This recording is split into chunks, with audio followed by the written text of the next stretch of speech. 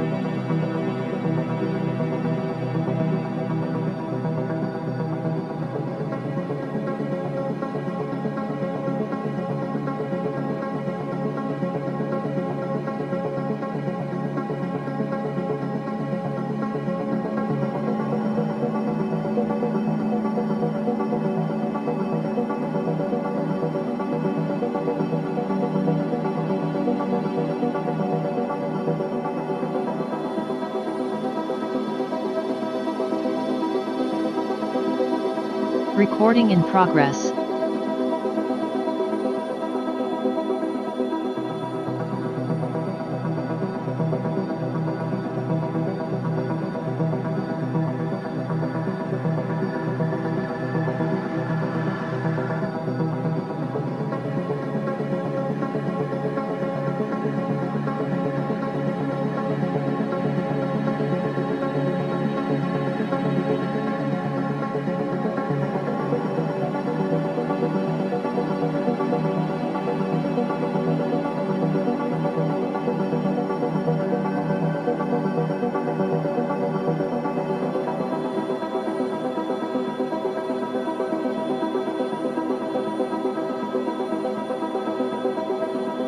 We'll go live in 3, 2, 1. Good evening. I'm Bernard Green, Chair of the Brookline Select Board, and this is the Select Board meeting for February 6, 2024. We're going to go into executive session, so I move that the Select Board go into executive session for the purpose set forth in Agenda Items 2, discussing strategy related to collective bargaining with the police union, and 3, approving executive session minutes. Collective bargaining with union employees must be discussed in executive session because an open meeting may have a detrimental effect on the bargaining position of the town, and the chair so declares an executive session therefore to be necessary. So all in favor, please indicate by saying aye. John Van Scoyac. Aye. Miriam Ashkenazi. Aye. Mike Sandman. Aye. Paul Warren. Aye. Chair votes aye. We will return to open session after our executive session meeting.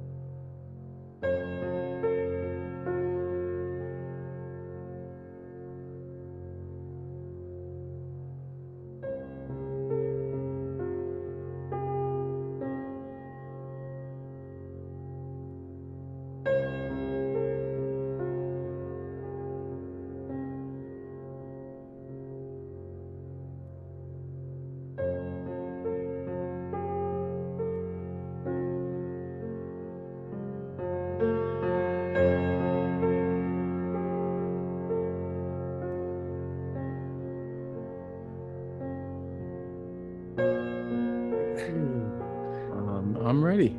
We'll go live in 3, 2, 1. Good evening. I'm Bernard Green, Chairman of the Brookline Select Board, and this is the meeting of the Select Board for February 6, 2024. Let's start off with announcements, updates from the Select Board.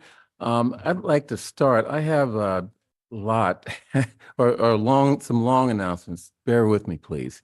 In our miscellaneous agenda, we will vote on International Day of Happiness, a proclamation presented by the Girl Scouts, where they are requesting that they be allowed to put messages of happiness around town.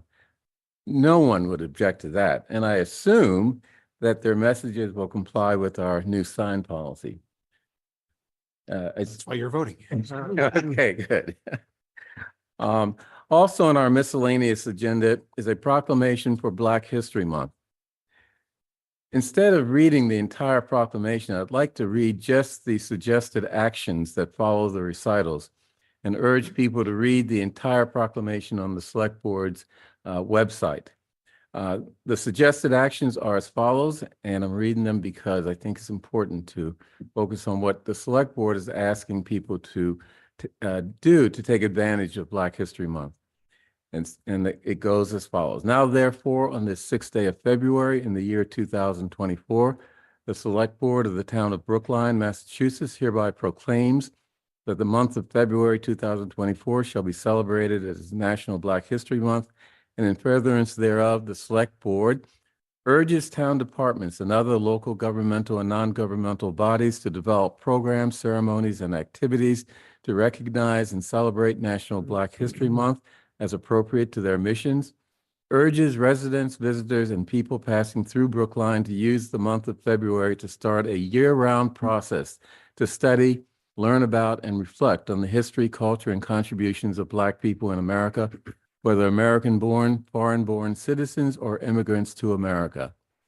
Urges residents, visitors, and people passing through Brookline to take advantage of the many programs being produced for National Black History Month in Brookline and in the surrounding metropolitan area, including those programs listed or linked to on the web pages of the Brookline Public Library, the Office of Diversity, Equity, Inclusion, and Community Relations, the Public Schools of Brookline, and the Martin Luther King Jr. Celebration Committee. urges residents, visitors, and people passing through Brookline to use National Black History Month and its theme of African Americans and the arts as an opportunity to study the creative and intellectual contributions of African Americans in the Boston area, such as the Embrace sculpture commemorating Martin Luther King Jr. and Coretta Scott King's embrace at the Nobel Prize ceremonies in Sweden or in Norway, right? Yeah, that's a mistake. Brookline artist John Wilson's maquette bust of Martin Luther King Jr. on the first floor of Brookline's Town Hall, and exhibitions, performances, and lectures on African American history, literature, and art at local museums, universities, and concert halls. Urges residents, visitors, and people passing through Brookline to use National Black History Month as an opportunity to learn about renowned African American literary and academic persons who lived in Brookline, such as artist John Wilson, singer Roland Hayes, writers Marita Bonner, who wrote for the Brookline High School newspaper, The Sagamore, Florida Ruffin Ridley, and Ridley's mother, Josephine St. Pereira Ruffin, two writers for the Harlem Renaissance, and historian Dr. Adlai Cromwell, and also to learn about the lesser-known residents of Brookline, including skilled workers, servants, and enslaved persons.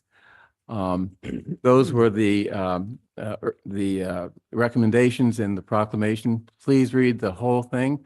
There's a lot of information in it, and it's an important document in this month. So we're urging people to learn about Black history and culture. And during, just a personal note, during Black History Month, I've always looked for a book to read that was something new to me or something just interesting about Black history and culture globally.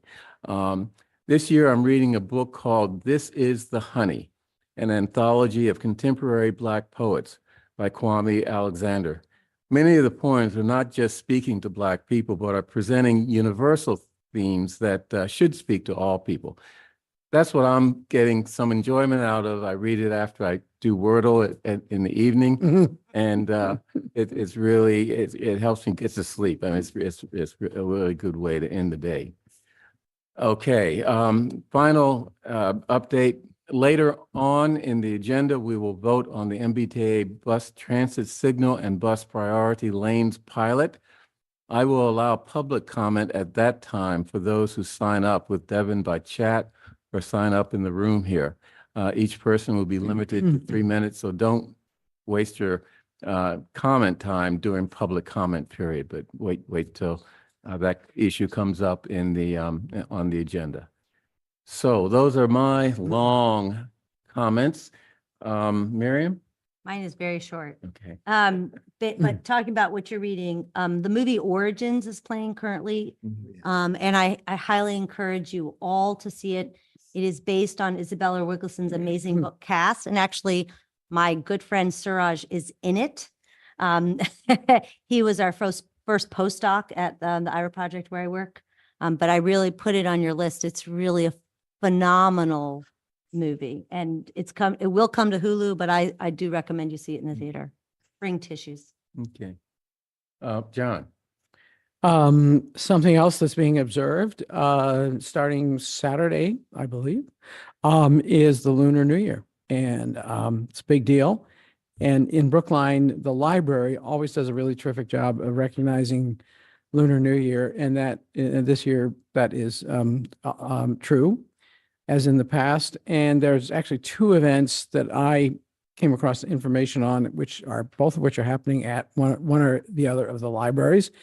The first one is Sunday, February 11th. That's this coming Sunday at 1:30 at the main library right here in Brookline Village. And that's at 1:30. And it's a celebration of the Lunar New Year with Taiwanese story time, and also with food, in addition to the storytelling. The other event is at the end of the month, towards the end of the month, Saturday, February 24th. And this is the one that I've got my eye on especially. It's going to feature a live lion dance performance by the Gunkwok Asian Women's Lion and Dragon Dance Troupe. And that is going to be at the, also at the, this one's going to be, excuse me, at the Coolidge Corner Branch Library. And that's at 3 p.m. on Saturday, February 24th, 3 p.m. Saturday, 24th, February 24th at the Coolidge Corner Library. Live Lions Dance performance, I'll get it out, in celebration of Lunar New Year. Okay, thank you. Paul.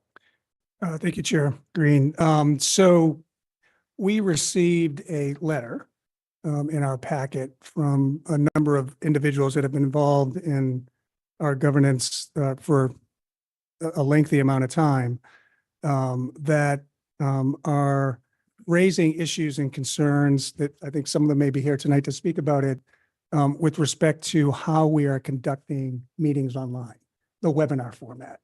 And I don't know the complete right answer for this, but I do hope that we will listen carefully to public comment on this. Generally, we don't respond to public comments, so I'm preempting just a little bit.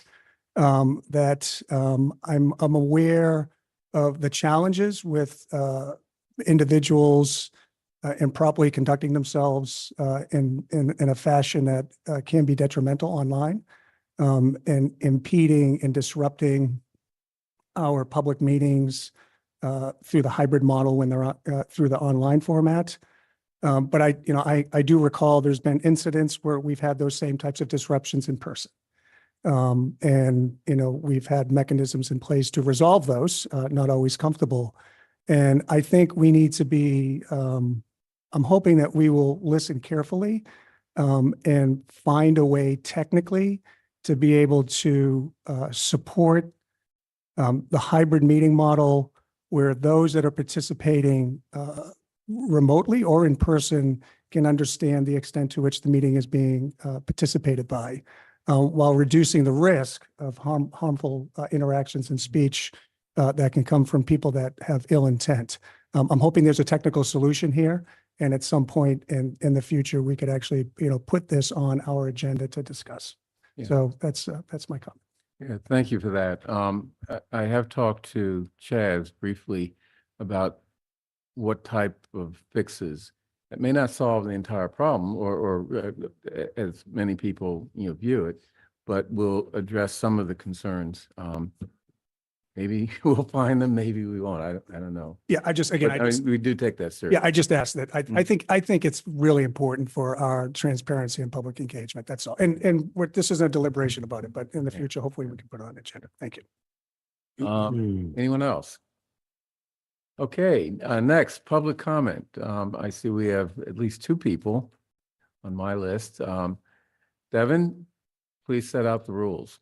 Thank you for joining us for public comment. This is an opportunity for us to hear your perspective on the issues in Brookline that matter to you. Each person tonight is limited to 3 minutes. You don't need to use the entire time, but you may if you like. Once 15 minutes has been met, there is an opportunity at the conclusion of the Select Board's business for additional comments. Members of the public sometimes raise questions during public comment. We may be able to provide a quick answer to a question, but are more likely to work with staff to get a thorough answer offline and respond via email. We'll let you know when you have 30 seconds remaining, and when your time is up, please conclude. If you have more to say, you're welcome to send an email to board members expressing your thoughts in greater detail. The first person signed up for public comment is Linda Roseman. Thanks, Devin. Good evening, Select Board and Town Administrator Carey. My name is Linda Roseman, Town Meeting Member, Precinct 14. And thanks, Paul, for the introductory remarks. Over the past day or so, you should have received an email signed by several town meeting members respectfully requesting that you amend your remote meeting policy of September 2022 to explicitly require that all public meetings and hearings in Brookline be conducted using the Open Meeting Zoom platform. Remote meetings are likely here to stay.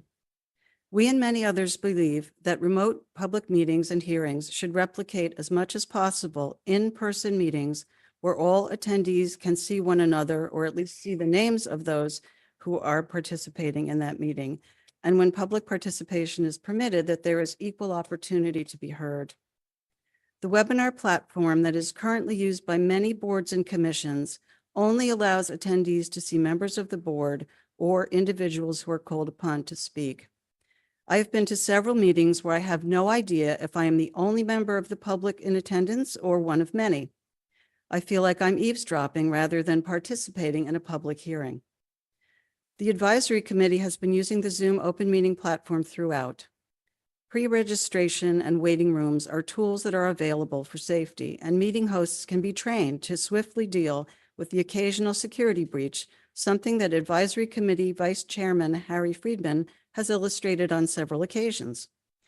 In the interest of promoting civic engagement and the spirit and intent of the open meeting law, we respectfully ask that you consider this request and amend the remote meeting policy accordingly. Thanks. The next person signed up for public comment is Harry Friedman.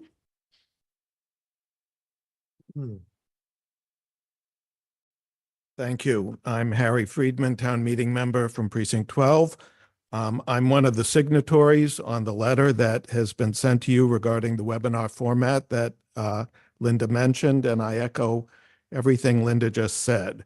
But I'm also here as the person on the advisory committee who, since we started using the Zoom platform, has been responsible for letting people into meetings, calling on both advisory members and members of the public to speak, monitoring the chat, and in the 2 or 3 instances, we've been Zoom bombed, kicking perpetrators out. Advisory operates in the more open meeting type format as opposed to the webinar. You can see the names and or pictures of all attendees. It's as close to a real in-person meeting as Zoom allows. It's transparent. More importantly, it works.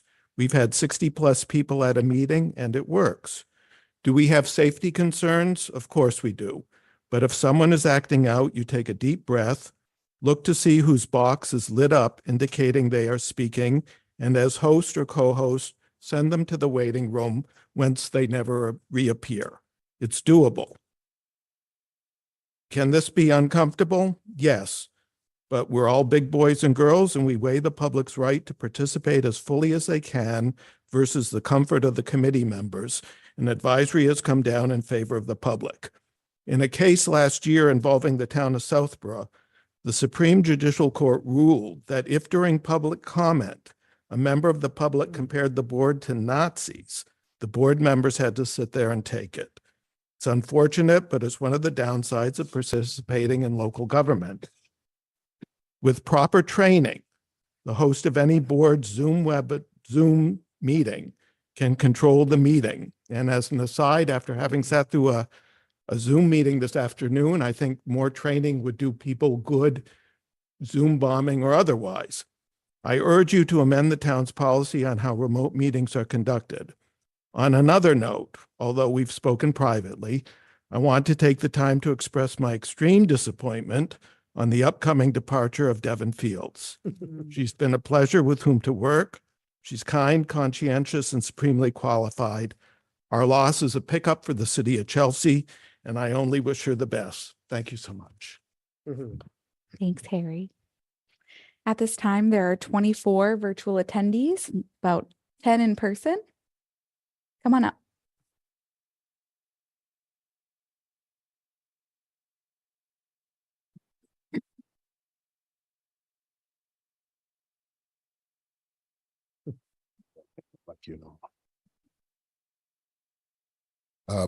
Ade Janussi, Brookline resident, and I'm speaking in my capacity as a Black man. So I'll begin by paying homage to Black history, to our ancestors, from the Luthers to the Malcolm X's, to the Mandelas, to the Harriet Tubmans, and too many names that we can mention that has kept us in the fight and kept our generation alive in regards to racial and economic justice.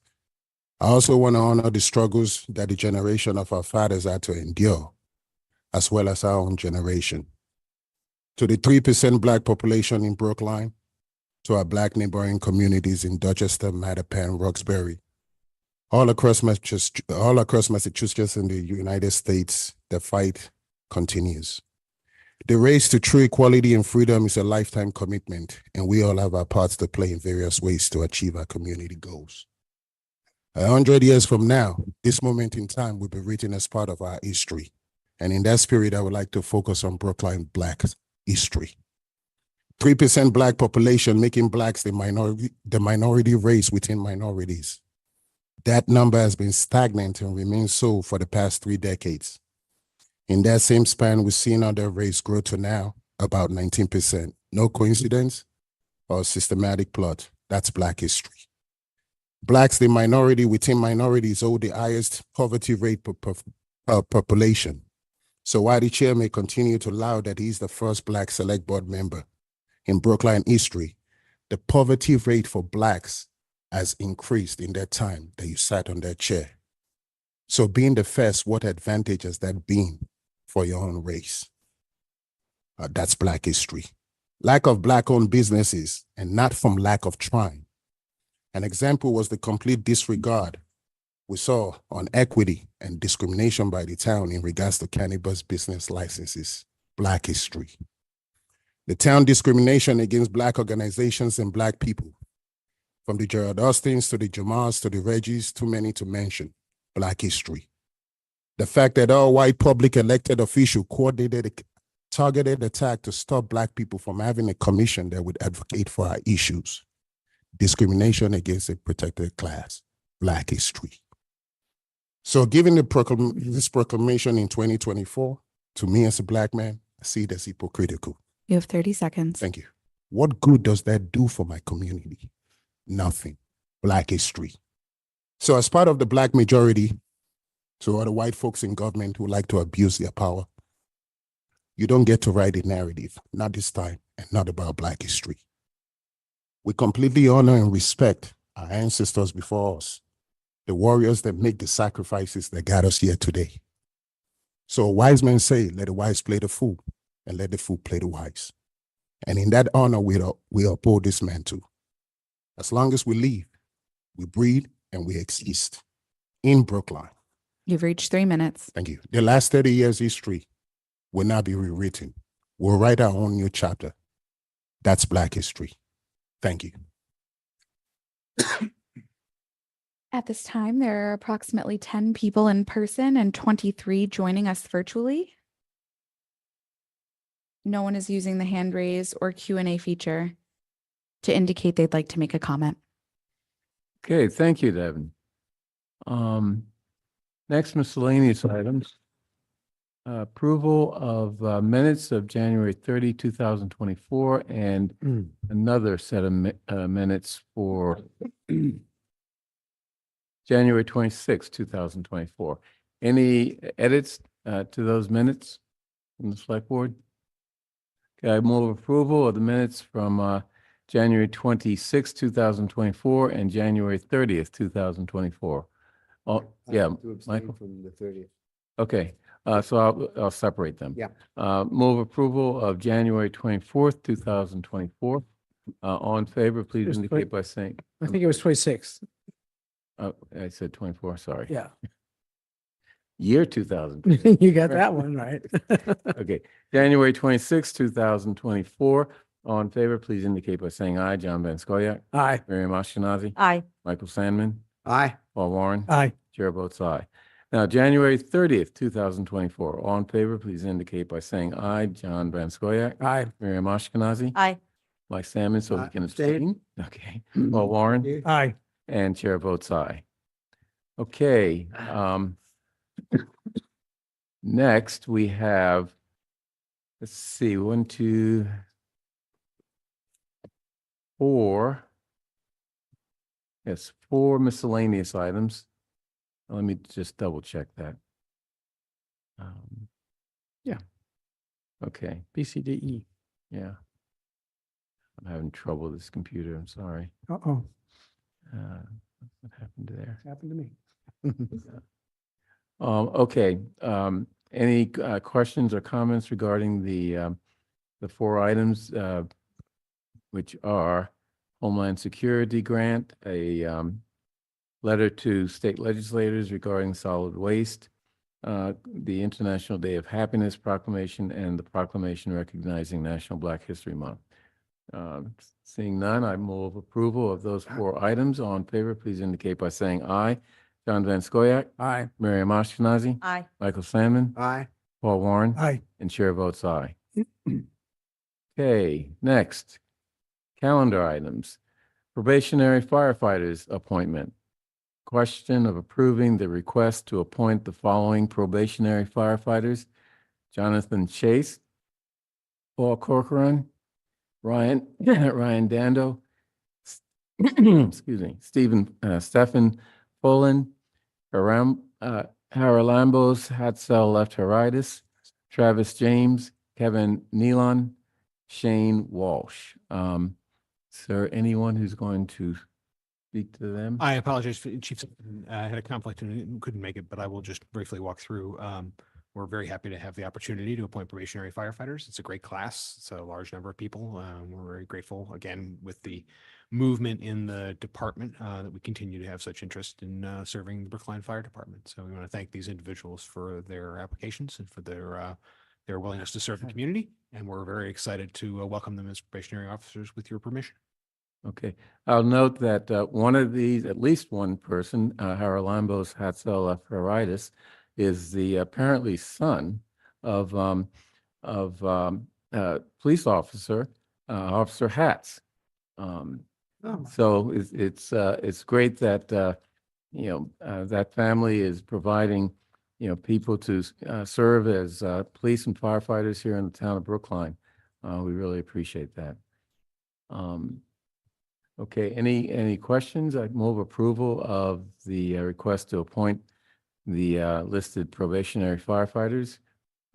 Seeing none, all in favor, please indicate by saying aye. John Van Scoyac. Aye.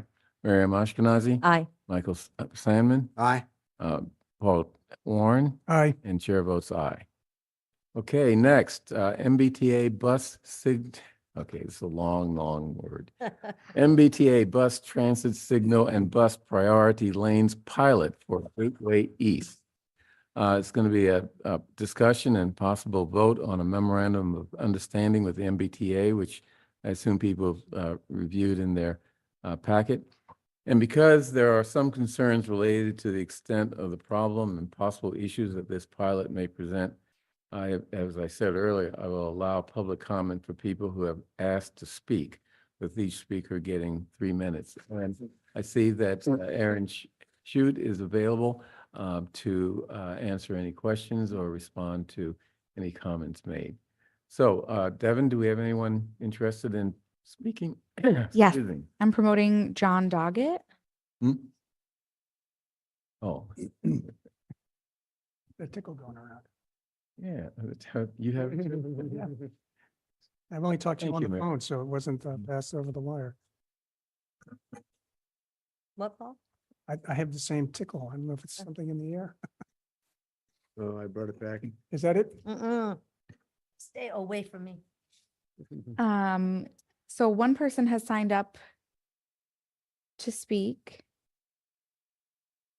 You just accepted the promotion. Great.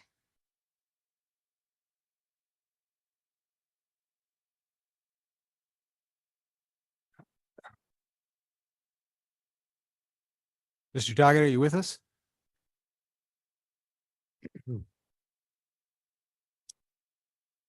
Maybe we want to give him a minute, and if the board has questions. Mr. Doggett, if you can hear us, we'll come back to you in a moment. We'll just let the commissioner, if there are any questions from the board or any follow-up. Or is there a presentation that someone's going to make on this? We had the presentation last week. Last week we went through. Okay, good. So no new presentation. No. Okay. Oh, I'm sorry. Okay. Commissioner, been any updates in the last week? I don't Thank think you. so. Erin Chu, Commissioner of Public Works. So last week, Transportation Engineer Dan Martin, myself, and Transportation Board Chair Brian Kane were here to present the Gateway East bus priority pilot. We presented the designs for that plans, the traffic counts and assumptions, the impacts on queuing.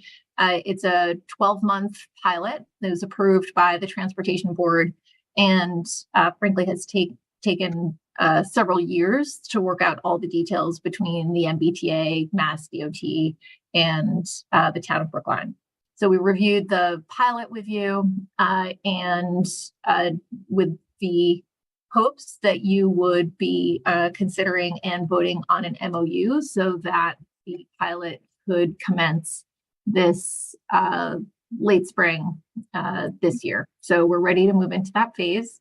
One question that had been posed by Select Board member John Van Scoyac was sort of, why is this little piece so important to the MBTA? And we did reach out to them with that specific question. And I thought I would just share their response that the corridor is served by 3 of Brookline's highest ridership bus routes. We talked about this, the 60, 65, and 66. There's a total of 808 buses, an average of 8,000 riders traveling through this project area. And it's a critical connection point for riders connecting to or from Longwood Medical, the Brookline Village D branch, Riverside, and Green Line stops. For them, it's a very important intersection of their transit operations.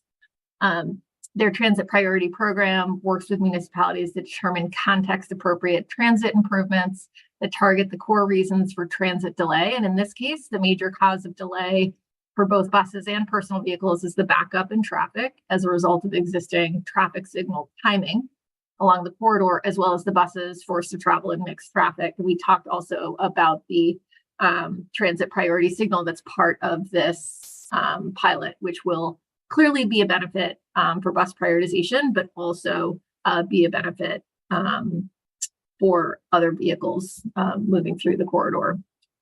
And in addition to the bus lane, one part of the design we mentioned is the transit signal priority. And so to the MBTA, the signals and the bus priority lane, they think that this will be a significant benefit to public transit users that go through this corridor. So wanted to share that feedback. Great, thank you. Any question? I just had Oh. a quick comment. Thank you, Bernard. I wanted to thank John Doggett for his information that he sent. And I wanted to especially acknowledge Commissioner Chute's response to John. It was well-researched. You took the time to go back in time quite a bit and acknowledge the recommendations that John had made, and we actually had taken some actions on some of them that made the proposal and the design better. And I think that's exactly the type of engagement that we want to have with the public, acknowledging their hard work and research to make proposals better. And I do think that John's suggestions, and although everything wasn't incorporated, quite a few were, that will make this pilot much more effective and productive. So I want to thank John for his public comment, and I want to thank you for your well-researched and I assume time-consuming response, because you could tell you put a lot of time into it. So thank you. Right. Yes, Mike. Well, Paul, you stole my thunder because no, not a bit. Because I also wanted to compliment and thank John for the work that he did. I've been I started in Brookline town government on the transportation board 25 years ago, and I'm used to people coming and saying, well, I really don't like this proposal, but I can't tell you why. I just don't, I don't care for this or I don't care for that, but without really thinking about the overall issue and doing some research. John did his homework, and it was helpful homework. So it's great to have that kind of input. One of the things that I corresponded with him, and one of the things I said was, the traffic signal prioritization for buses is a critical component. So, Commissioner Shute, I just want to make sure that the MBTA has signed in blood that we will get that, and that they will, more important or equally important, use it, because there is transportation signal prioritization in some of along the Green Line and on Beacon Street, and sometimes it doesn't seem to be in use by the trolleys. So after the MOU is signed, we're going to sign a traffic control agreement, but we sort of collectively agreed that we would not start the pilot without the TSP in place. Great. Thank you. John? Well, so, I see Mr. Doggett has I think. Oh, he's I'm ready to sorry. speak. Do you want to finish Uh, with the board and then? Let John. No, I didn't have take my it. hand up. Oh, I'm sorry. anxious to hear from John Doggett. Okay. John? Oh, hi. Can you hear me okay? Yep. Yeah, there you go. Thank you. Thank you very much. Good evening, Select Board. Thank you. Devin, could I have a slide up? I've got some pictures here which might help shape the discussion of my comments, and I'll be as quickly as I'll go through these. There's about 5 slides. This is the design of the bus lane in Gateway East that the Mass DOT put forward with the MBTA. And basically the red and pink lines are eastbound and westbound 2 bus lanes. The red is a dedicated bus lane and the pink is a shared bus lane, typically in the intersection where traffic comes across it. Just a note from VHD, from the traffic engineers, in the morning rush hour, 8 or 9, they counted 13 buses with 605 riders and 1,846 vehicles. All of these were going east, which is likely 2,000 to 3,000 people. So any impact on general traffic affects a lot of people. Obviously, we want to get better times for the buses. There's no question about that. And the westbound side is no problem at all. It is the eastbound that is a challenge. Devin, could you put the next slide up? I've identified 4 points that are problematic. One is in choke point 1 is a potential congestion area around the beginning of the bus lane in the village at Station Street. Choke point 2 is Route 9, which is narrowed to 1 lane outside Homewood Suites. And basically, and that is for the engineers, like to have 1 lane in and 1 lane out. They've only got 1 lane going out on the other side of the firehouse. And choke point 4 is where that hash marking is that many of you know about when you pass through that intersection. And there's only 1 lane because the dedicated lane is being given to the buses. If you could, next slide, please, Devin. This is from the engineers. This is what happens, they think, from their modeling to the traffic before and after. The green shows the length of the queue in the morning rush. The red shows the length of the queue that they anticipate when they've taken out that lane for the buses. And as you can see, they're predicting that the traffic might go back into Washington Street, Harvard Street intersection with Kent Street. The challenge here is that the 65 and 66 bus, which comes through, are going to have to be potentially will get delayed going into the bus lane. They can't get to the bus lane. They've got to go through this traffic potentially jamming up on that intersection. So that's a challenge number 1. Devin, next slide. You have 30 seconds. Thank you. I'll be quick. This one is the narrowing of Route 9. Basically, they anticipate the queues in the morning going from where it currently are, about Homewood Suites, going right back up to the U-Haul, possibly even Cypress Street. And that's really where major delays are likely to come. Next slide, please. This is details of the buses that we recorded, Faith Michaels and myself. We saw 765 buses and 666 buses. And there you can see the time taken to go through the intersection for the 66 is about 113 seconds, 2 minutes. But interestingly enough, if you look at the wait time, 64, at least 56% of that is wait time. And wait time means basically standing at the lights. That is why TSP is so important, I believe, to basically improve bus ridership issues. And you can see at the bottom there, broken out, that the Washington High Street intersection, 41 seconds, is the largest of the two of the intersections, and Brookline Avenue naturally the second largest, and the 65 goes down Brookline Avenue, so it waits longer. Next slide, please. Excuse me. Next slide, please. You've actually reached 4 minutes. Oh, I apologize. We're distracted. If I have 1 sentence on 1 slide, I'll be finished.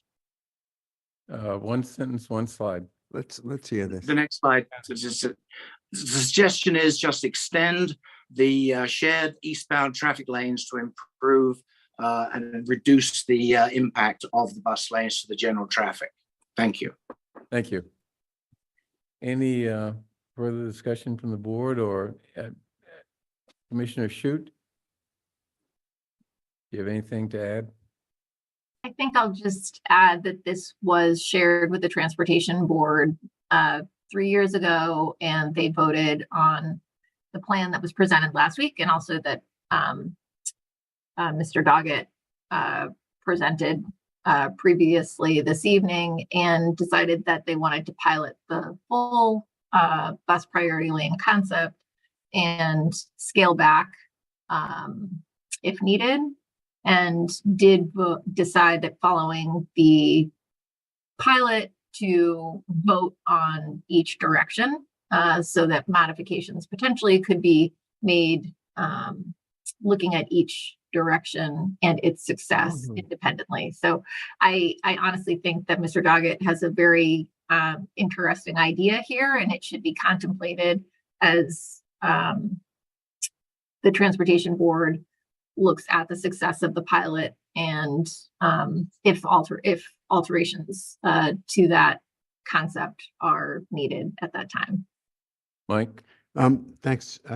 Commissioner Shute, the one question I have is, as a practical matter, an exclusive bus lane and a shared bus lane are well, how do we prevent an exclusive bus lane from becoming a shared bus lane because vehicles just drive into it? If you go along Brighton Avenue in Boston, for example, there is the bus lane is marked in a different color, contrasting color, and there are lots of cars in it, occasionally including mine. So what is there to actually keep this as a exclusive lane? It's education and enforcement.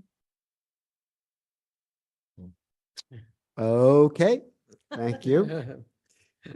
Okay, I have a question, and maybe I missed something in your explanation. The signal priority will not be used going westbound? Dan, you want to speak to the signal priority? And by the way, the reason why I asked, and going westbound, the lights are timed so that you're forced to stop at red lights 3 times between Pearl Street and Town Hall. And many times people will speed up and jump a light even in order to avoid that situation, which is, I consider very dangerous. And presumably signal prioritization or something related to that could address that problem. Am I missing something? Yeah, the TSC will hoping function east. It will function eastbound and westbound. Okay. And is it going to address the issue that I mentioned, and that is the way in which the lights are synchronized to ensure that you hit a red light? And each Yeah, this is going to be a state of the art adaptive signal system, and it's supposed to really improve efficiency and help coordination and get the green wave that you're talking about, so you won't have to get stuck. Once you get to Station Street, that is the old signal. So until we have the complete street, the Washington Street project coming, you'll probably still get stuck there at the station. Okay, thank you. Any other questions? Okay. This is a vote to approve the MOU with the MBTA. I just note that this is a pilot program and it's just paint that can be painted over after a year. And I think that we've identified all the issues that have to be satisfied before we agree to go forward with the permanent program, and you know, we'll see how it turns out. So with that, any questions or anything? Ready to vote? All in favor of of entering into the MOU with MBTA concerning the this program, please indicate by saying aye. John Van Scoyac. Aye. Miriam Ashkenazi. Aye. Michael Sandman. Aye. Paul Warren. Aye. And Chair votes aye. Thank you. Thank you. Thank you. Have a good evening. You too. Sure. Let's see. Okay, next. Oh, pardon me? Patio seating. Yeah. No, we're gonna. No, it's Ca- the I'm sorry, DOS. Crown Castle. Sorry. Yep, Crown Castle request. I'm not very good at reading the thing. Okay, next, distributed antenna system application by Crown Castle. And the question is whether we approve the application submitted for modification to 19 existing DAS nodes. And DAS is distributed antenna systems used for, as I understand, cell phones, right? Well, yeah, 5G. Yeah, 5G cell phones. Yeah. right. Okay. Do we have someone to speak on that? I see, is that Ava? Hi, Anna. You can go right ahead. Yes, good evening, everybody. My name is Anna Simashko. I am with Crown Castle. And yes, so this project, it consists of upgrade of existing facilities, which basically already serve the purposes of cellular services in the area for the constituents and for emergency services, and just upgrading it to make it faster, more reliable, get better signal for people working and living there. Basically, we are submitting this, like it was specified, there are 19 locations. Most of them have similar scope of work, and 10 enclosures would be slightly increased in size, and the cabinets would be increased in size as well. And we are submitting this as 6409 application under the FCC 6409 application. We have submitted visual representations as well as specs and all the reports for this for those configurations as well. Any questions, comments, concerns? Miriam? Yeah. I think there might be something a little off with your audio. Could just be me, but I really needed the captions to follow what you said. So, that said, I just want to know, what does this entail work? Like, how do these 16 diodes go in, get replaced or get put in? Like a little bit of information on that, because I don't know anything about like this technology. Okay, that's a very good question. So the work will include, we will be upgrading the existing equipment. So there is fiber already in place there. However, it cannot support, like we would be installing additional radio units and additional different antenna units to support the additional capacity that is needed. So a truck would stop next to one of those poles, be that a light pole or a utility pole. They would remove the existing equipment or work inside of the existing equipment, depending on the scope, close it up and live. There is no trenching required. I don't believe there are any foundation replacements required for those. The only time we would require it is if there would be structural. So structural analysis we run, we try to be on the safe side there. So we may have to replace foundations on a light pole or two, but like I said, I do not recall any of this that would require it. For example. Thank you. Okay. Any other questions from the select board? I just have one, oh. and I'm just maybe confused. It's easy, it happens. Would this normally have been taken up as part of our licensing? I'm wondering why is this being done outside? Is there? This comes to the planning board and then to the select board for final review. It's a little outside of the licensing scope, but if you'd like us to add this to the licensing agenda, we can. Yes, that we Okay. potentially, we also wanted this to come up because we know one of the issues that the planning board raised that we want the board to be aware of is that, the design of these has obviously been a concern to the planning board. The aesthetics of these installations have been of concern. Right. And the planning board said, we understand the requirement that the technology be there in order to ensure we have a 5G network, but we wanted to impress upon Crown Castle and other folks providing the service to, Right. respect the design restrictions in the area and make sure that we're not installing, large fixtures. And so Chaz, was this different? So did we hear this last week? Something? We heard this, then it went to the planning board, and then we're hearing it again. Yes. Oh, Yeah, okay. yeah. It came to us and then, okay. Yeah, Okay. yeah. That's where my confusion came in. Thank Yeah. you. Okay, I'm sorry. yes, John. Yeah, I want to underscore what our town administrator just recited.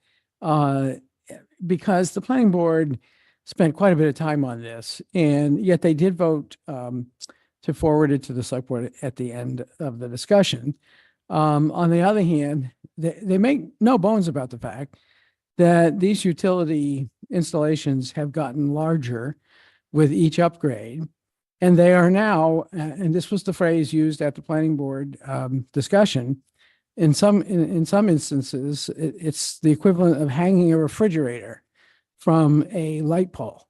And some of our light poles aren't just light poles. They are historic light fixtures. They were designed to be consistent with the aesthetic of areas that are part of the history of the town. And it's an intrusion that unfortunately we all just have to swallow hard and accept as part of the price of these communication systems, which we've all become, addicted to.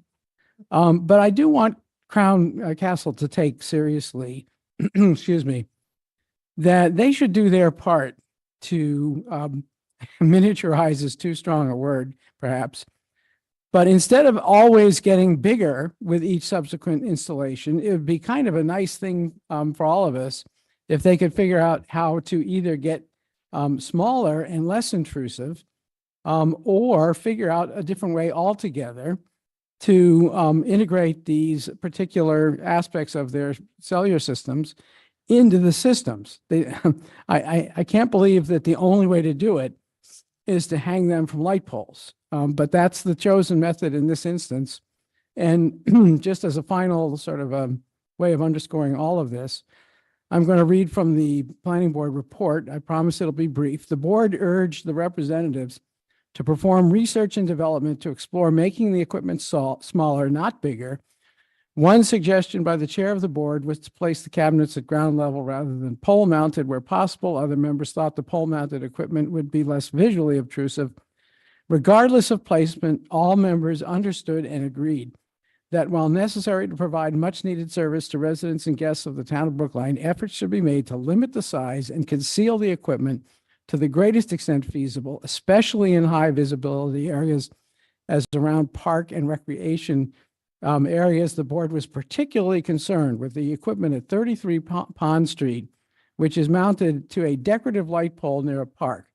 They were also concerned with the antennas mounted on top of the utility poles, which extended beyond the width of the utility pole, making the antenna stand out. For example, the antenna at 90 Babcock Street. So they were very specific about this.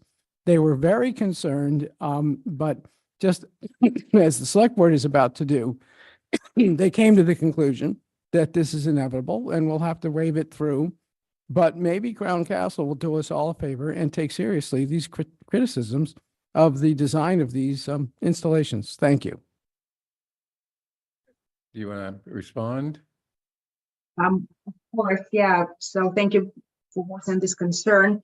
We do take this seriously as well because we also look up, we also see those things, and we understand there will be a trade-off with visibility versus service. But we also have a very large research and development group that is researching alternative ways of placing equipment and alternative ways to get the service to constituents. It's a work in progress, that's for sure. And we are doing our best to follow it and have the safest and the best possible kind of merge and marry of both design and provision of connection services to people. I take it you do not manufacture the equipment. That's correct. We don't. However, we work very closely with manufacturers on the specifics to basically ensure that the equipment size we're using is pretty much there would basically be no empty spaces. So we want to make sure that we do not We are not more visually like visually intrusive than. So they had manufacturing done very often with a sense of multiple carriers inside. So there would be less of this piece of equipment on the streets versus multiple locations. I mean, there are multiple locations still, but they can do much, much more. So it's a very interesting process, to be honest, to be part of it, and very, very, very involved. Okay, I'm not sure I understood everything, but I think the message from the select board is that you communicate with your manufacturers as well as your in-house R&D people that this is an important issue for the town of Brookline and probably other towns, and that it's something that should be a priority so that next time you come to us, we are able to easily approve the application. So, Very much, duly noted. okay. Any other questions, comments? Okay, I move approval of the, what am I approving here?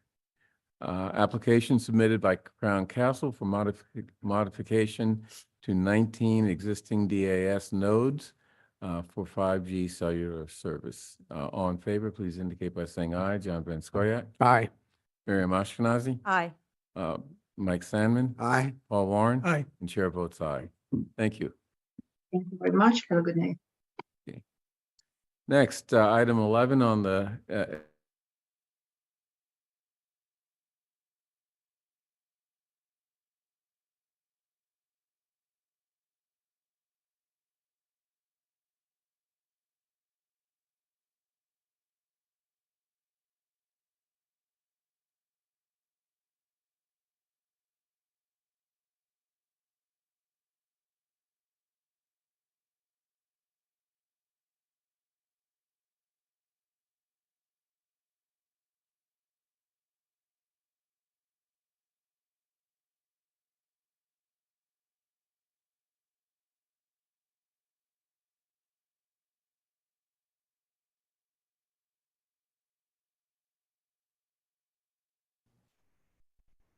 of storefronts that are in St. Mary's Right. on the inbound side of St. Mary's. It used to be O'Leary's was there, hardware store, Szechuan Gourmet, and Dunkin' Donuts. You may have been familiar with it. Maybe a year and a half or 2 years ago, the building was purchased. The owner came before the planning board and also to a community meeting where there was tremendous support for the concept of what Dan Yu wanted to do, who's the owner developer of the property. When we developed initiated our subcommittee for licensing, we had an initial presentation for one of the restaurants that was coming, asking for a common victual license. And as part of that, there was a request for outdoor seating. And as part of the process, we realized that that there was going to be up to 7 restaurants. And each of these restaurants will end up sharing a common space, which is out on the sidewalk of St. Mary's. please be quiet. My fault. Sharing a common seating area out front of the building. It is on the private side of the sidewalk. And there's a beautiful pergola that's been built, and there'll be heating and lighting. It's a shared space. And a number of questions got raised during the subcommittee meeting as to what the total, how is it going to function? Was it going to be shared seating like a food court, or was it going to be dedicated seating? How many seats would there be? How would there be parity on operating hours? Would there be parity with other restaurants in the area as to when they need to break up and break down, clean up the outdoor seating? Because there's been some issues in the past which have been resolved.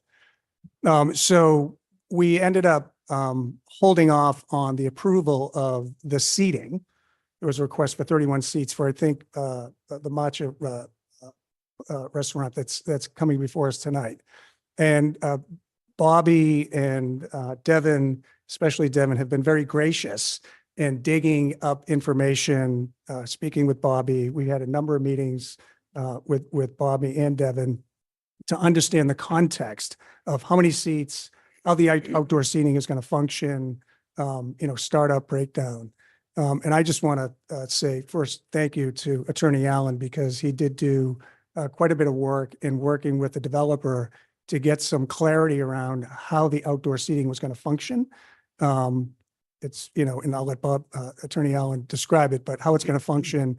And they really have made some adjustments, I think, for the better for the neighborhood and how it's going to function.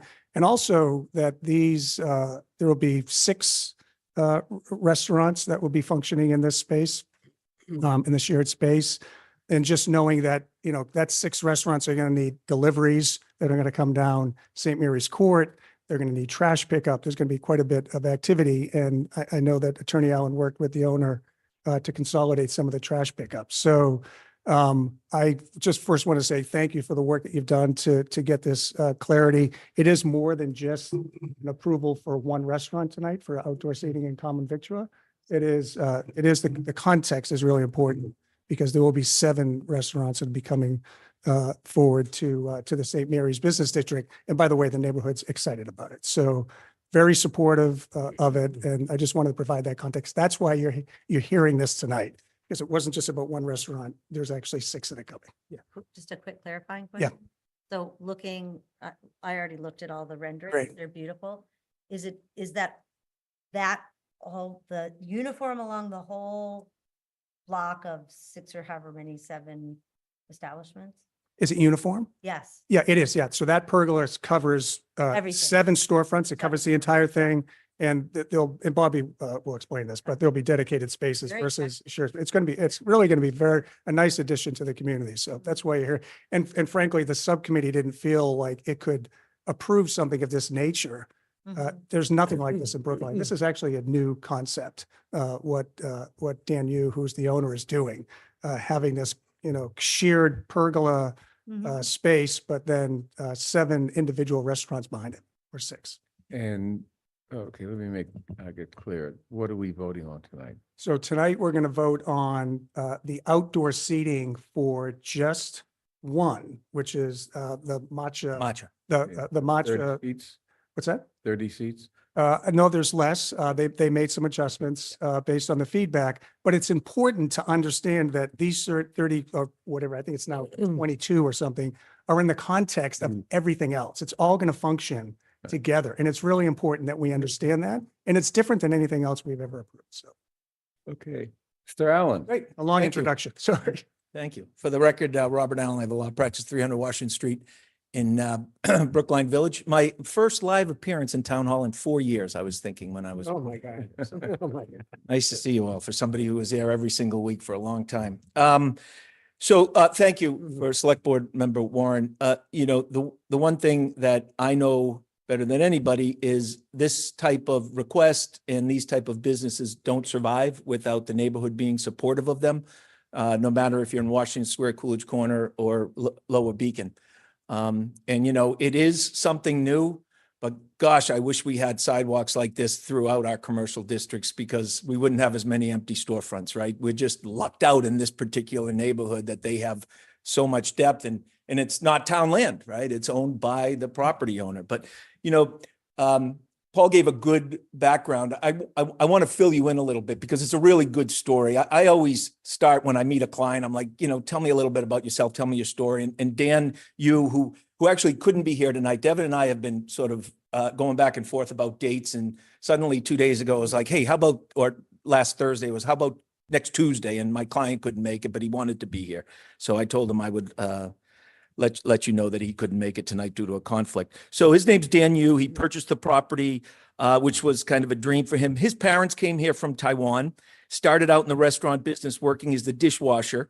Both of them dishwashers. They met washing dishes at Lower Beacon Street at a restaurant called Ta Chen. They ended up not only owning that Ta Chen restaurant, which is 900 Beacon Street, but then buying the building and renting it out to what was the Elephant Walk. Then after the Elephant Walk left, they actually developed the building.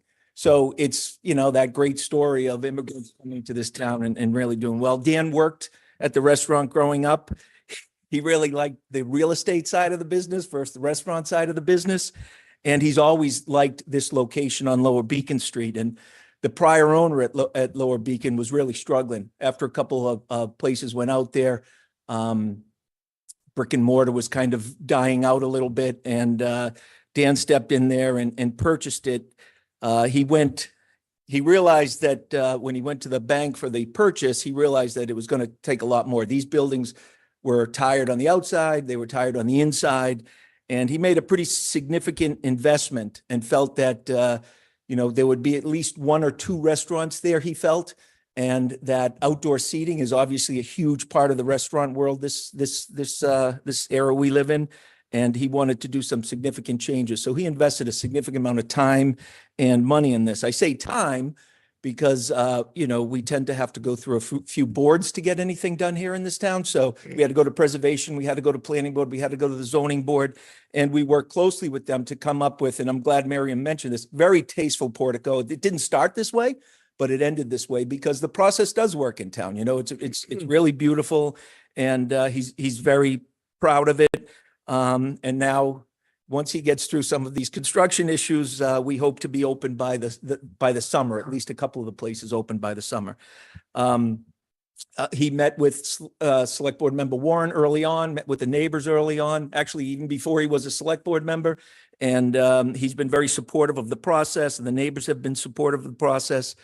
He worked with a broker to try to find, who are going to be the best tenants. The neighbors had some suggestions. We talked to a convenience store. We talked to a Italian grocer. We talked to a bike shop owner. We talked to a store shoe owner. None of them could make and there were banks. There were a couple banks that could definitely make the numbers work. Nobody wants a bank. Neighbors don't want a bank. My client didn't want a bank. So fortunately or unfortunately, it's going to end up most likely being all restaurants there, 6 restaurants there, which is, in a way, it's kind of cool because the portico, I'm not sure how much it would benefit a shoe store, but it certainly will benefit the restaurant. I was reading a study the other day that creating a more comfortable outdoor seating space can boost a restaurant's total revenue up to 30% in this post-COVID world, which I guess we can believe in. So, this is going to not only protect clientele from the elements, but I would also suggest from a neighborhood point of view, the closest residents to this are behind. Now having a roof there will kind of serve as a barrier for the noise. So the only way the noise it'll emanate onto Beacon Street, which we all know is, the closest 200 feet away, I think, by the time you cross Beacon Street. You got to cross all that MBTA and on the other side of Beacon Street. So we have 200 feet away. So I think not only will it create a year-round experience, but I think we also looked at trying to prevent noise from being a good neighbor. So I do want to go over a couple of other issues that Select Board Member Warren brought up a little bit now. Each unit will be self-contained, so you don't go from one restaurant and go sit in another restaurant. There'll be some physical barriers, and then there's a couple visual barriers because of ADA. There'll be an entrance that comes in, and one goes to one restaurant, and one goes to the other, but it'll be a wide entranceway, and seating will be on the right or on the left. Rather than have the 6 dumpsters, we're going to have 2 dumpsters. We work with the health department. The health department actually liked the prior vendor. We're going to keep the prior vendor there. We still have to go through that process with the health department, but we'll work closely with them. But we think that will make a lot more sense. Not 6 dumpsters would create a lot more noise. We'd rather have 2 dumpsters and dump more frequently. I think it makes a lot of sense, and it certainly helped the neighbors with backup noise, et cetera. Lighting is just limited under the pergola with pendant lighting to avoid spillage out onto the property, although it's only a public sidewalk out there. As I said, the goal is to open summer of 2024. And if I just may, so if I'm standing on the street, it's 1016 Beacon down to 1004 Beacon. Unit B and C are going to be combined. That's going to be proposed to be a sushi gyro. We need a special permit because it's 5,000 square feet or more. Combining 2 spaces. It's a sit-down full dinner experience. We reduced the number of outdoor seating from 90 to 60 seats. Unit D is an Indian restaurant, smaller sit-down dinner, 28 outdoor seats. Unit E is what we're hoping to get approved tonight. The Kayomacha Bakery will be a short snack stop for people to get Japanese baked goods and desserts, sweet drinks, focus more on the lunch crowd. We changed from 31 seats to 23 seats. Unit F is a ramen noodle place, more of a lunch place than a dinner place. The proposal is for 26 outdoor seats. Unit G is Baby Cafe. It's a Hong Kong style cafe, serves single plate meals typically consumed during brunch hours. They don't envision much dinner traffic, but there's 33 outdoor seats. And finally, it's a Lian rice roll specialty concept focus on Chinese dim sum, which is breakfast and lunch place. Again, they don't envision much dinner traffic, but 22 outdoor seats. So, he calls this the Gateway Project. We call Gateway everything coming into Brookline. But, one thing I think about is what a diverse group of restaurants there entering a very diverse town, right? So it's kind of a cool little concept to have this gateway of this diversity, and it's going to look beautiful. And I hope you support it. I'm happy to answer any questions you may have about it. Mike. I have, first of all, this is great. Good. And just from the beginning, I felt like it was a wonderful idea. And there are other, other places that, over at Park Drive, in what used to be the Sears building. That's been, there's that great big space, and there's outdoor seating there as well as a much bigger internal area. But one thing I'm curious, curious. Take your time now. Don't get too excited over it.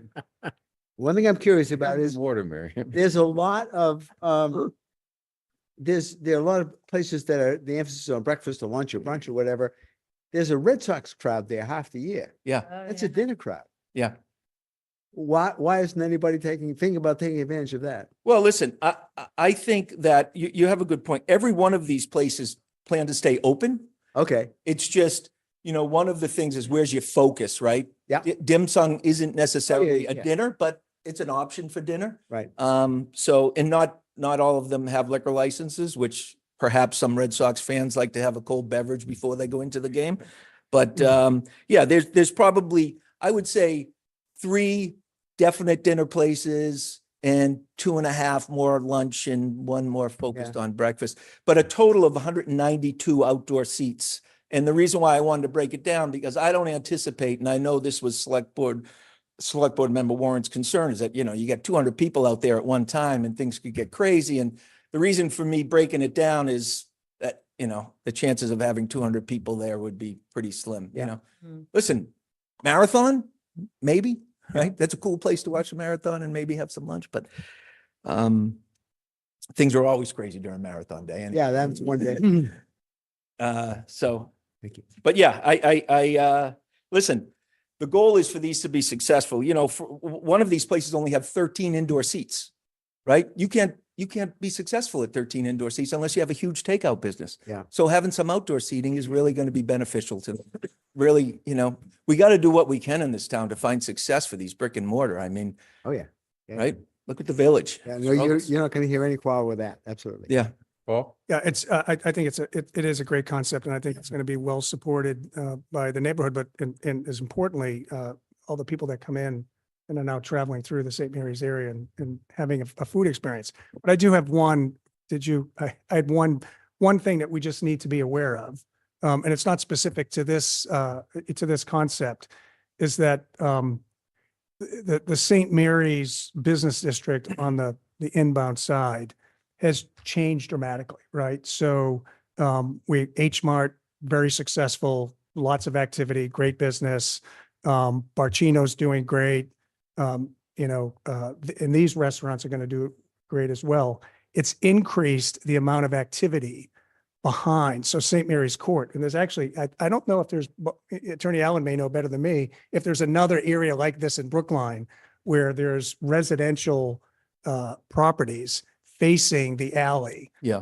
Where they have egress. That's how they get in and out. And so there is quite a bit of traffic that comes in and out of St. Mary's Court. Chaz and I have had a number of discussions about trying to figure out and keeping our eye on if there needs to be some coordination of deliveries and trash pickup. And there's a lot going on back there. We even have some customers that park back there for H Mart. So it's a narrow little alley that goes through 2 buildings.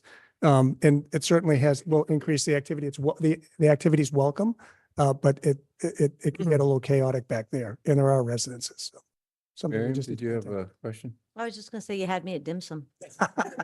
Well, again, this wasn't here to, one of the things that I think Chaz and I and the licensing, if we're calling it the subcommittee, is to know when something should be elevated. Great, yep. Right. And, I felt that this really was something so unique and different that, we didn't feel completely comfortable in saying, let's just approve it. It is a unique concept, and I think it's going to need some unique support to make it happen, because it's not a slam dunk. So I think I have great hope. And of course, you all know you have the power to bring in anybody anytime you want, any day of the year, if there's concerns relative to noise or overcrowded or anything like that. So there's always that safety net for anybody here. But we did, Paul and I did talk about what we can do in the rear of the property, because it is unique. I don't know any place that has sort of their own parking lot in the back alley. Coolidge Corner has some deliveries and stuff in the back alley, but no place that has sort of a parking lot. What can we do to make it a safer walking experience for pedestrians walking on St. Mary's? And my client is committed to talking. He doesn't own all the way to the corner, but he's going to talk to the owner of the corner to see if we can do some either signage or something that you had mentioned to me the other day. Yeah.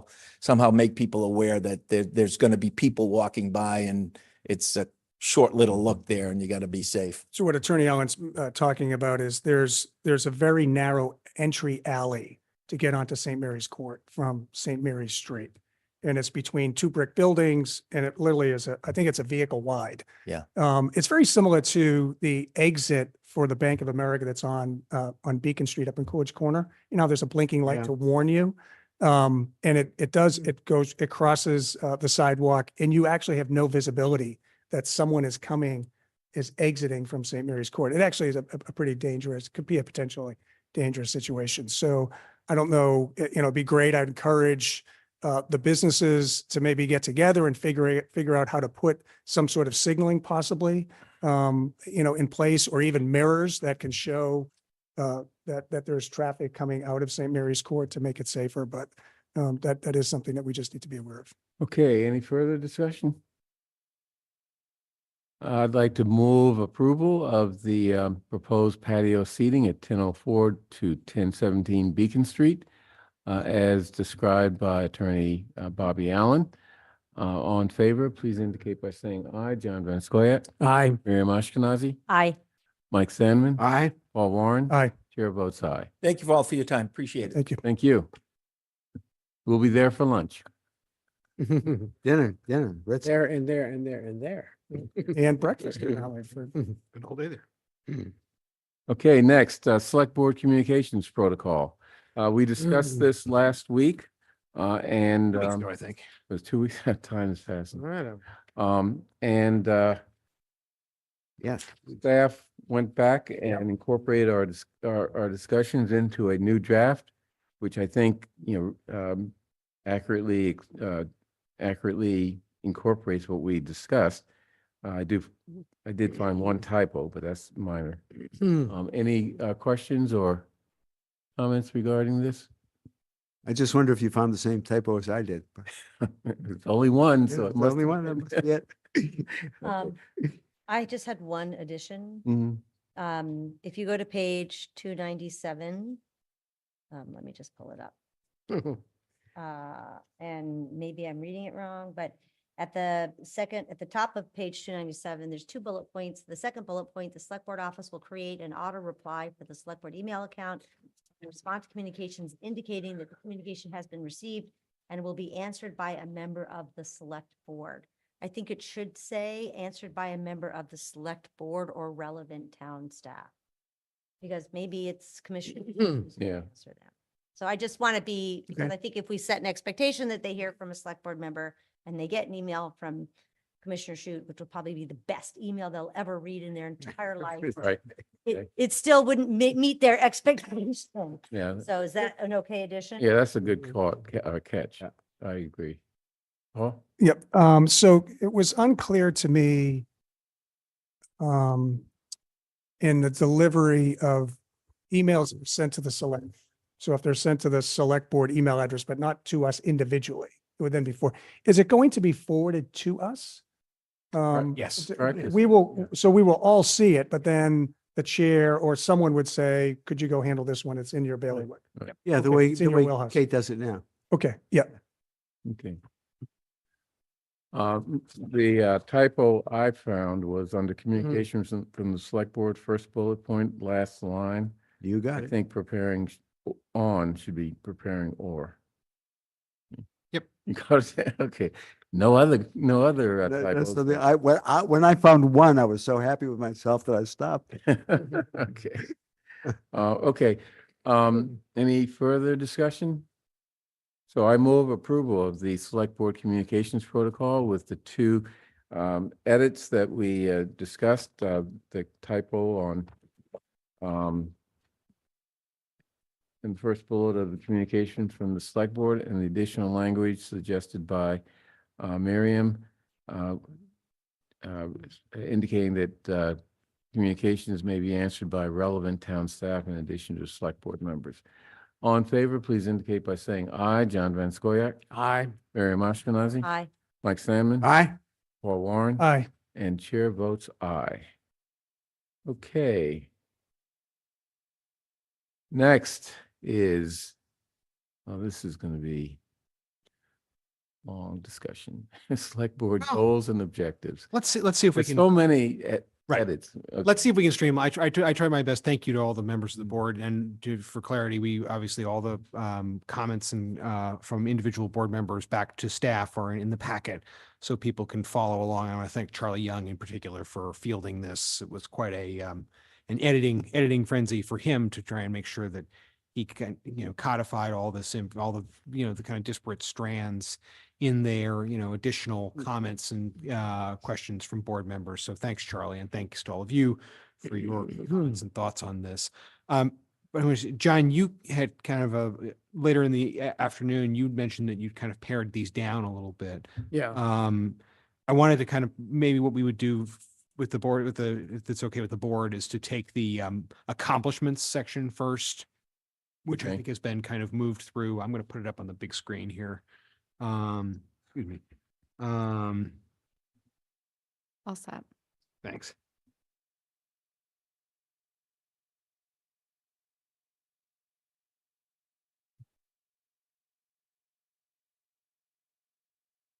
So we have, this adds in all, this was my draft, which synthesizes all of the comments and suggestions from the board members who provided them. Again, those individual comments are reproduced in the packet. But for a working draft, I'm relying on this. It relies primarily on Bernard's red line draft, which also incorporates comments from John and Paul, individual comments from John and Paul that were submitted separately. We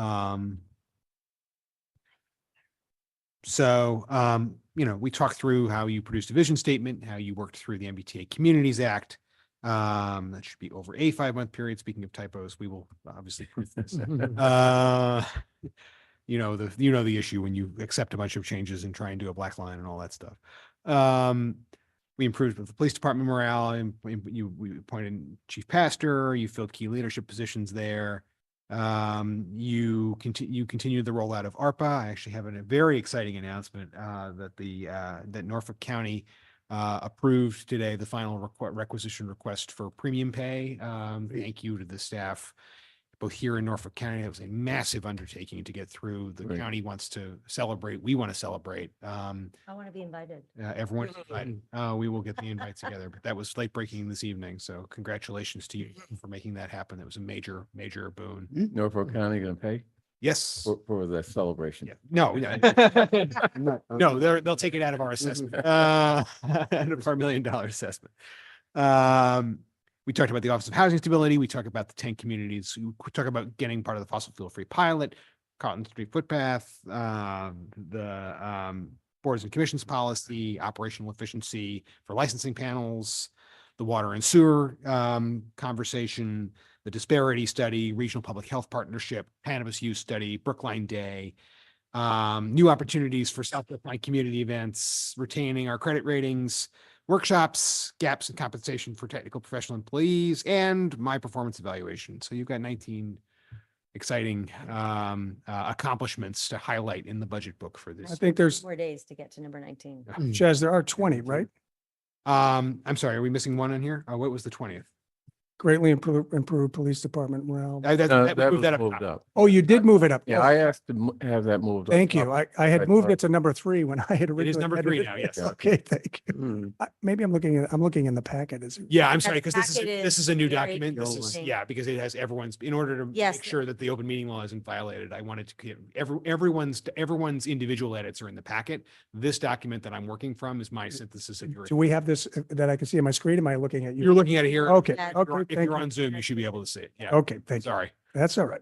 Mm-mm. I get, I'm Edit finally out caught up. July. Took me a while. Okay. I appreciate you moving the police one back up. So those are the 19 accomplishments there. Thoughts, concerns, additions. Yeah, I'm sorry, go ahead. No, you go ahead. I was just going to say that, my main concern was moving Mm. the police piece, including it. Yeah. Paul came up with that initially, into the top. Beyond that, I'm willing to rely on you and Shirley and others to, do the grammatical checks and things like that. But I'm very comfortable with this.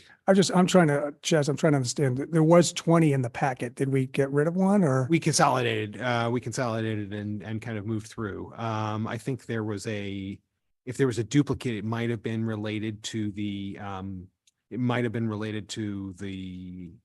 either the police or I know what it was. It was separating out the Coolidge Corner, moving Brookline Day to Coolidge Corner and then identifying South Brookline. Wait, That would have added one. I added one as opposed to, Yeah. I'm trying to remember where the one that got subtracted was. I will double check. Yeah. I I don't mean, think it's a good list. I'm just, Yeah, I don't- it'd be helpful to know what got deleted. That's all. John? Yeah. Yeah, I just want to sort of repeat the theme of my responses to the initial list, which I think, my message in part has been recognized, but, I acknowledged in sending this critique that I'm kind of stubborn when it comes to anything that sounds like self-promotion or hype. Yes. And so essentially, any criticisms or changes, proposed changes I had were in the area of, let's not overdo this, as a instrument of overselling our accomplishments. Let's just state what we did without too much hype. And I think we mainly accomplished that, but I'm referring to words like, we accomplished a historic this or a landmark that. A lot of what we do is required by law, and we'd be derelict if we didn't get it done. And I don't think we have to overstate the significance of it, because every now and then we do something that really is historic, and that's what I would like to save that kind of adjective for when it really applies. Yeah, no, I agree. Too many adjectives suggest to people that maybe you're not that comfortable with what you're doing. So The most overused word in political contexts and government contexts these days is robust. Everything is robust. in some contexts, the most overused word is excellent. Yes, Right? yes. Okay, any other discussions about this section, accomplishments? Okay, want to move on to the next part, which are the goals and objectives. Yes. So Hey, John, can I just add one thing? What I suggested, and if people agree, we can keep it this way, is setting up a separate section for housing. Because I thought, housing was so important here in town, and the proposals with respect to housing sort of hung together fairly well. But I don't know what you did on your staff, but no, I mean, I think we took that edit. But I wanted to give, because I think John had circulated a suggestion that it be kind of pared down, and I wanted to make sure that. Well, yeah, the list we were given to look at, I think, had 36 Am I remembering the number? Yep, correctly? 36. 36. I confess, I went through it, pretty quickly. And I am not claiming that this is in any sense, the only way to do it. I do think a shorter list would be better in this particular case. I think a longer list risks, us seeming to overpromise, but it also inevitably contains a lot of stuff that nobody would be surprised that we have as a goal getting this stuff done. It's kind of like, there's a certain number of things that we're expected to do, and it's not something that sets a bar very high just to say we're going to do the expected. So I think anything that is kind of the expected, we don't really need to have on this list. I think what belongs on a list of this nature is stuff that is new, stuff that follows through on prior commitments and now says, and we have reached the third year when we promised, in year 2, we would accomplish in year 3, Z, and we're there and we're going to get that done. So kind of follow through on past commitments, add commitments that are new to this year and unique to this year, and try to, as much as possible, match goals with what I've used this term of art, key performance indicators. People can use different terms for it, but some kind of metric by which people at the end of the year can go back and look at this list and they say, well, the goal was X and the metric was Y, and they actually did meet their metric and achieve their goal. Those are the kinds of things I would like to find on a list of this nature. And, mine is a list of 16, but it's certainly subject to other people's editing as to their preferences. I just wanted to kind of strike some basic themes as to what I think should be on this list and doesn't necessarily have to be on this list. So how do you want to actually go through your list? I mean, we have to vote this tonight. I understand that totally, and I don't expect that people need to vote on my list. This is an exercise to this, that is this year's exercise. I'm delivering a message. Maybe next year's exercise, we can be a little bit more along the lines of condensed and focused and with performance indicators. Yeah, my thinking is that, this is just, for this year. It doesn't have to be perfect. It has to be, a good list of things that we've accomplished as well as our goals in general. But, beginning in June or July, we'll start working on next year's list, and we can make it more perfect and concise. But, if you can identify things that you think should be taken out, I think that would be helpful with this list. Paul? Yeah, I just wanted to say, it's not, we're going to need to vote this tonight, right? Yeah. So, The reason why is it has to go into the budget. no, I completely agree. And I think we've had it for a week and a half or two. So unfortunately, I don't feel like I had enough time, John, to, I mean, some of your changes and consolidations, it is a long list. And frankly, I would appreciate a shorter list in the future. But I think with your recommendations coming 10, 15 minutes before the meeting, there's just no possible way to review them and see how they might integrate. And it's unfortunate because I think some of your things may be good ideas in order to consolidate and focus the list, which I do think next year I would advocate for an approach similar to what John is saying, and focus in specific areas of investment and stuff. But it's hard for me to really internalize and understand the changes that you had and then vote on it tonight. If we had more time, I think it would have been beneficial. I wish I had more time to consider your stuff. Yeah, and if I may just offer a word kind of in defense of what Paul has said is absolutely true. It was delivered to people late today. But look at it from the perspective of somebody who is well aware that at least 1, 2, 3, maybe 4 other members of the board are already busily editing and changing and rewriting and so on. And the only way to present a list of this nature, it sounds very presumptuous, to say, I think you guys are all missing the point. And here's what I would do. And I didn't want to, stand in the way of other people making their edits and doing their sort of joint doctoring of the list. But I didn't want to leave unsaid what I think is a much more focused and concise approach to these types of lists.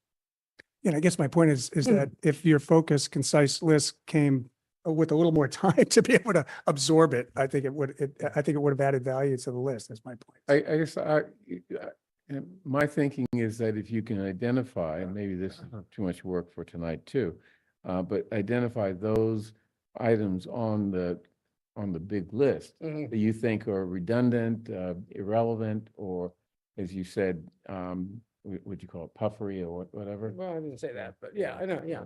Yeah. So I think this is a good jumping off point, because we can work through this, as you said, this is our working document for this year, with the understanding that this is the beginning of a new process as well. So this jumping off point, one of the things I suggested as we've been going through my evaluation is that we take some time, now that we have some time in our meetings, in your meetings, to kind of talk through this process on a regular basis in the lead up to the next fiscal year, so that when your retreat comes around, you've already laid the groundwork for developing this document in June, already giving signposts to the community and to departments what it is you're thinking about, so that when it is codified in June, the work that people are already doing now in FY26 has your feedback incorporated in it. Right. And one of the things that I noticed is that the objectives seem to be just geared towards the stuff that's under the budget for just the select. And I think that the select board, as we continue the process for next year, should be really looking to provide guidance overall, and shouldn't just be constrained to the 3 or 4 departments' budgets that are underneath the select board. So, we may want to give guidance to other townwide with respect to the budget and objectives. So I think the areas where we flagged, a couple of the additions, you, John, Paul, for you, John, you suggested a couple of word changes and clarifications. So I took those and added those in as well. And then there were a couple of additional suggested objectives, Paul, on your end. In the finance and administration, one was the development of a tool to measure and report on the level of satisfaction of residents, the services of customer-facing town departments. Right. And the other was to develop an approach and plan to adopt a non-emergency request system similar to the 311 service. Right. And again, this is for planning purposes and not implementation. So, throughout this fiscal year, research these 2 areas and come up with potential ways to measure customer satisfaction, like a net promoter. And as we've discussed, the inadequacies of our work online, maybe there's an opportunity to improve that with a system similar to what Boston uses, 311. I think comments from the board on that. I mean, I would just reiterate that I think shorter is always better, but that I agree this was just too short for me to have a chance to really look at. I like the idea. I think setting it up for next year when I'm not here is fabulous. Our problem. You can come to public comment. That's, nothing else to say. Okay, how do you want to go forward? I think if these are acceptable to the board, we can just incorporate them and continue moving. Can I, let me get so many things open here. And again, we'll make sure that the final version is copy edited in Wordsmith with all the track changes and moving stuff. There's some odd connecting words and phrases that we will fix. Mike. I've been fairly quiet through this as I've been trying to keep myself from coughing to death. I apologize for my state. I do want to say, I think, John, you're right that every time I look at a list of from a government agency about what it's done, I think that list could be about 10% of what it is and get to the point, or maybe 20% of what it is. Shorter and punchier is better. We don't have to talk about every single thing that we do. And next time around, let's follow the pattern you suggest. Yeah. And now I'll go back to, I'm not trying to breathe. Is this something you brought from back from your trip? I think I brought it back from, Here, I gotta get on Mhm. an airplane right, back to and- Venice. You may have gotten a 12. Actually, I think I went 12 with it, to be perfectly honest, because my wife had the same Mm. pattern before. Oh, that's- And there was, Okay, so. Shit. so it's not in the packet. It's up on the screen at this point. Yeah, I'm having trouble finding it. What- Okay, so, you want to guide us along? Right, so those are the two suggested additions, if folks Yep. are acceptable there. And then there's a third in economic development, planning and regulation about increasing enforcement and monitoring of local and state rules and regulations. John, incidentally, on the previous 115, I know there was some concern about the vagueness of the language. That is about the community survey of the community social services inventory. We're tightening that language just so people understand that that is a project, a specific project that we're working on, Great. and not just, a series of buzzwords.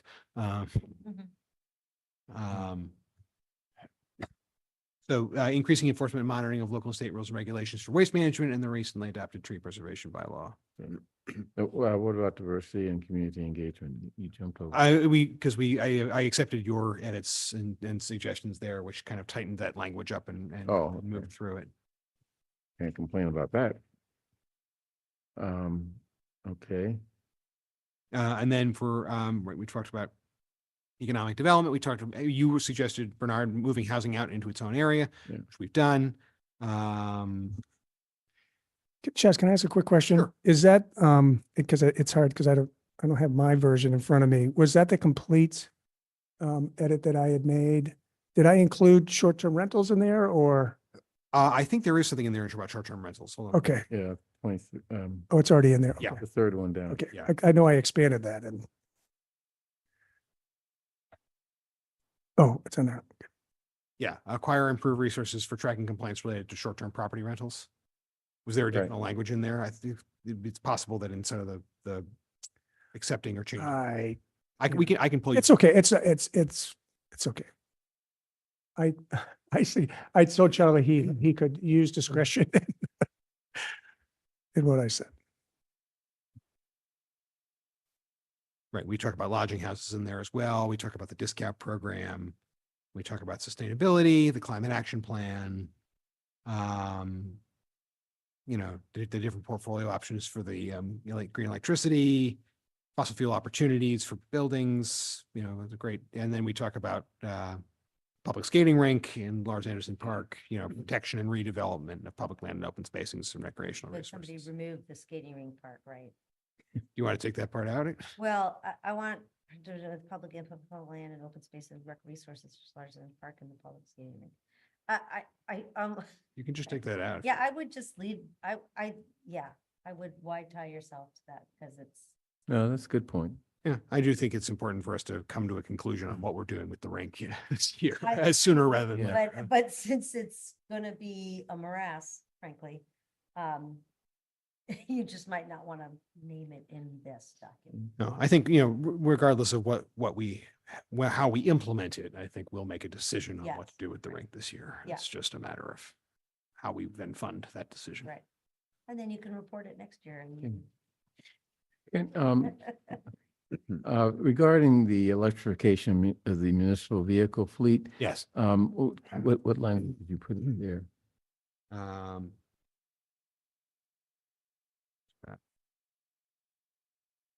Develop plan and timeline for full electrification of the municipal vehicle fleet that takes into consideration the availability of appropriate technologies for specialized vehicles. Okay. I think I made some of those edits.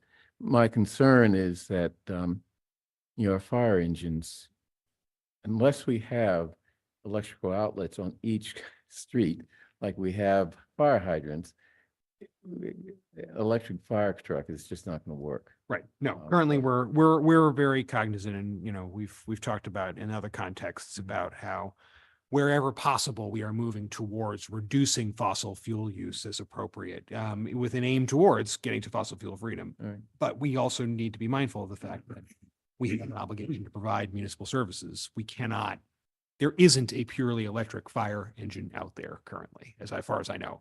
Last I checked, and that was around 6 months ago, that it doesn't exist. It has a diesel generator on it.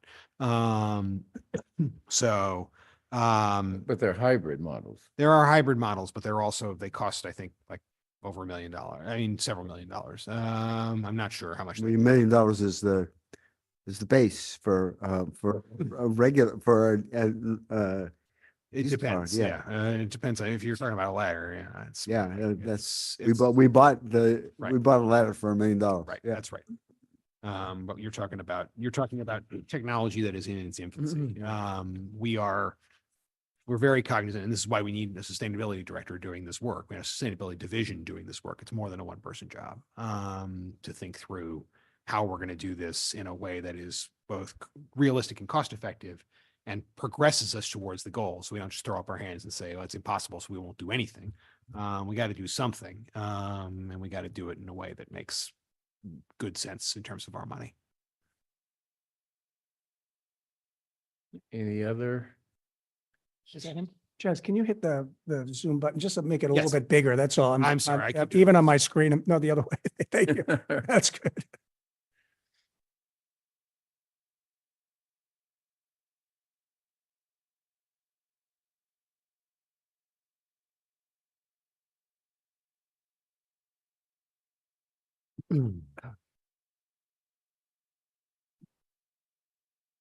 Any other question? I think we're in good shape.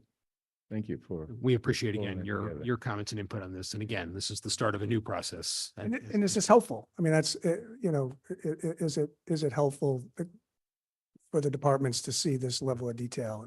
I think it's helpful for us to actually have the broader conversation about how the board wants to communicate its goals and objectives to us. I think that's, this is right. This is an older model, and I think we need to move to a system where we're hearing from you at the earliest convenience, so that we are, responding to that appropriately. Great.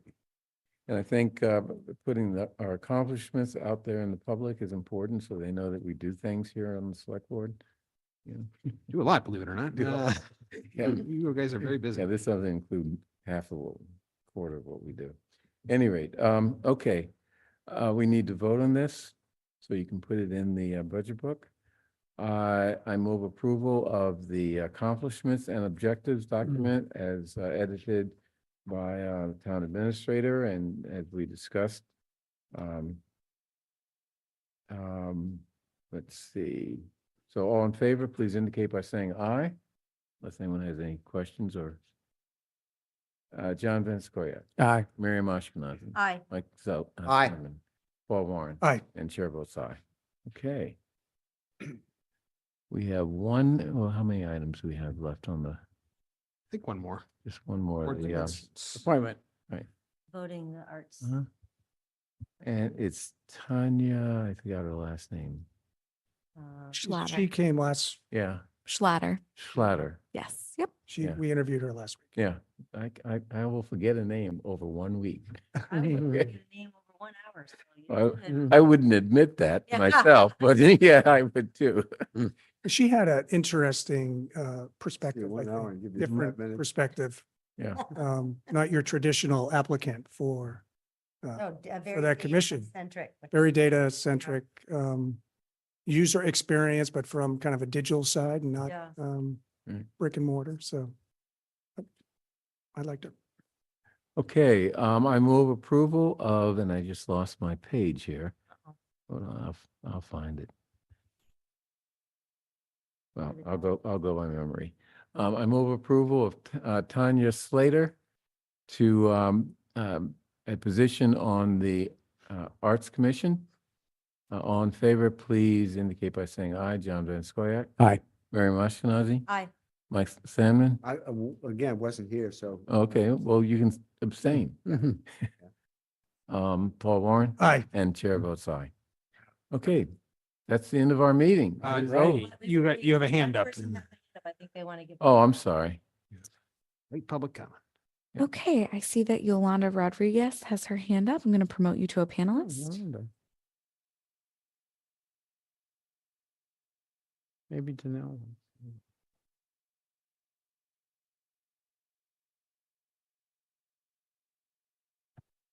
Hi, Yolanda. If you're interested in making a public comment, you can unmute and your 3 minutes will begin. I'm sorry, I didn't put my hand up that I know of. I can't tell how that happened, but no, it's fine. Thank you very much.